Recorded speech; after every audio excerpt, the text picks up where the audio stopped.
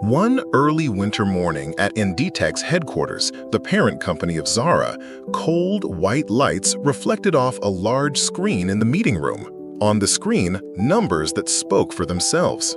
Sales were slipping, not crashing, not collapsing, just steadily, quietly declining, like a lingering fever with no clear cause.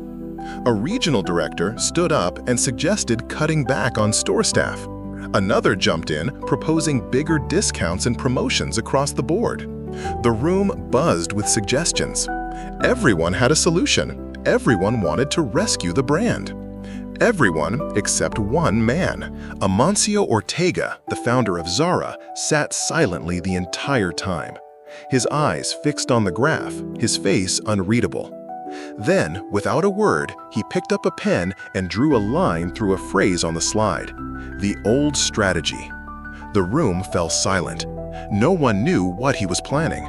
But just months later, Zara began to change. And that change would turn the entire fashion industry upside down. Why would a thriving brand suddenly face a sales crisis? And what made Ortega, long known for staying true to his core strategy, suddenly break from everything he had built? What you're about to hear isn't just a story about Zara.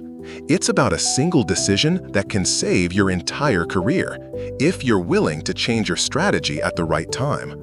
But before we get into that, let's go back to where it all began. Amancio Ortega was never the kind of founder you see celebrated on magazine covers. No college degree, no TED-style speeches, no personal branding. But in Galicia, a small coastal town in northwestern Spain, Ortega quietly built one of the largest fashion empires in the world. Born into poverty, he worked from a young age in garment workshops, cutting fabric, stitching seams, and closely observing every move customers made. In 1975, he opened his first Zara store. By the 1980s, he began scaling the model. Unlike other brands, Zara did almost everything in-house, from design, production, and packaging to in-store display. This closed-loop supply chain allowed Zara to move fast, cut costs, and maintain control. For nearly 2 decades, Zara grew at lightning speed. Stores opened across Europe. The media called Ortega the quiet revolutionary. He believed that an integrated model from A to Z was the key to survival. But then, as the company reached a certain scale, things began to slow down. Inventory piled up. New collections no longer surprised customers. And worst of all, customer return visits started to drop. In the 1990s, Zara launched a line of winter coats, a product expected to be a sure hit. Stores across Europe stocked up. The design was great, the price was right, and the company hoped it would boost year-end sales. But that winter turned out to be unusually warm. People strolled the streets in light jackets even in December, and the heavy coats just sat on the shelves. Day by day, the unsold inventory piled up. Reports from hundreds of stores flashed red. Sales targets weren't being met. Eventually, Zara had to offload the coats at near-loss prices just to recoup capital. A crisis meeting was called. Regional leaders raised concerns. Maybe customer demand was shifting. Maybe competitors like H&M and Mango were drawing attention away. While the room debated pricing, weather patterns, and marketing strategies, Ortega asked a single question. When did we start designing that coat line? Someone answered, back in March, over 6 months ago. Ortega nodded, then said slowly, we sell fashion, but we behave like a cement factory. The room fell quiet. Everyone knew what he meant. Zara was reacting too slowly. Customers were changing every day, but Zara was preparing 6 months in advance. Ortega didn't blame the weather. He faced the hard truth. The seasonal mass production model that once made Zara a success was now holding it back. He didn't raise his voice or issue ultimatums, but in his eyes that day, everyone sensed something big was coming. So let me ask you, if the very formula that once brought you to the top starts holding you back, do you have the courage to tear it up and start from scratch? Right after that pivotal meeting, Ortega didn't call in consultants or hire external experts. He started with the stores. From now on, he said, each design will be produced in small batches. If customers like it, we'll make more. If not, stop immediately. That was his first directive. The design team was shaken. How would they keep inventory stocked? How would they control costs or maintain consistency across stores? But Ortega stood firm. He no longer wanted Zara to act like a seasonal prophet, guessing trends half a year in advance. Zara began its transformation. The entire supply chain was rebuilt. Instead of ordering 6 months out, the time from design sketch to store shelf shrank to just 15 days.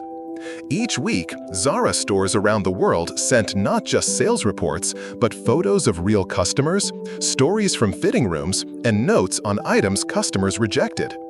It was live data, a real-time thermometer of the market. The design team stopped guessing what customers might want and began listening to what they already liked. Zara no longer raced against high fashion. It raced against customer reactions. Ortega called it staying in rhythm with the heartbeat of the market. Naturally, there was pushback. Regional managers feared stock shortages.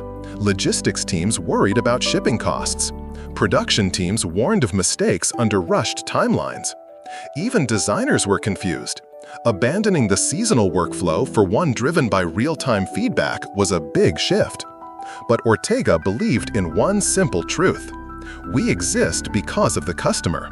If their heartbeat changes and we don't adjust, soon enough, ours will stop. The results came faster than anyone expected. Zara began launching new items every week, mirroring the pace of the market. Customers no longer waited for new seasons. They visited stores 3 to 4 times a month just to see what was new. The excitement came back. Each product batch was produced in small, efficient quantities, just enough to sell out. No overstock, no outdated trends.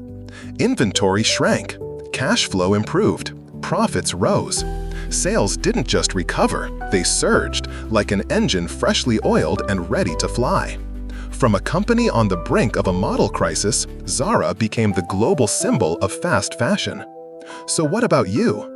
Is the strategy you're clinging to still truly aligned with today's market? Or is it just the legacy of a past success? Zara faced a revenue crisis during what many saw as its golden era. A booming empire suddenly stalled. But instead of dodging blame or making excuses, Ortega made the toughest choice of all. He tore up the winning formula and took a risk to rebuild from the ground up. He didn't change because he had to. He changed because he had the clarity to admit he was slowing down. And in doing so, he didn't just save Zara, he rewrote how the fashion industry operates. There are 3 key takeaways from this story. First, Zara's revival came from shortening production cycles and responding to real market demand. Second, changing your strategy at the right time isn't betraying your vision, it's the only way to protect it from fading. And third, we all hit plateaus. The important thing is recognizing it in time and having the courage to pivot before it's too late. Now, back to you.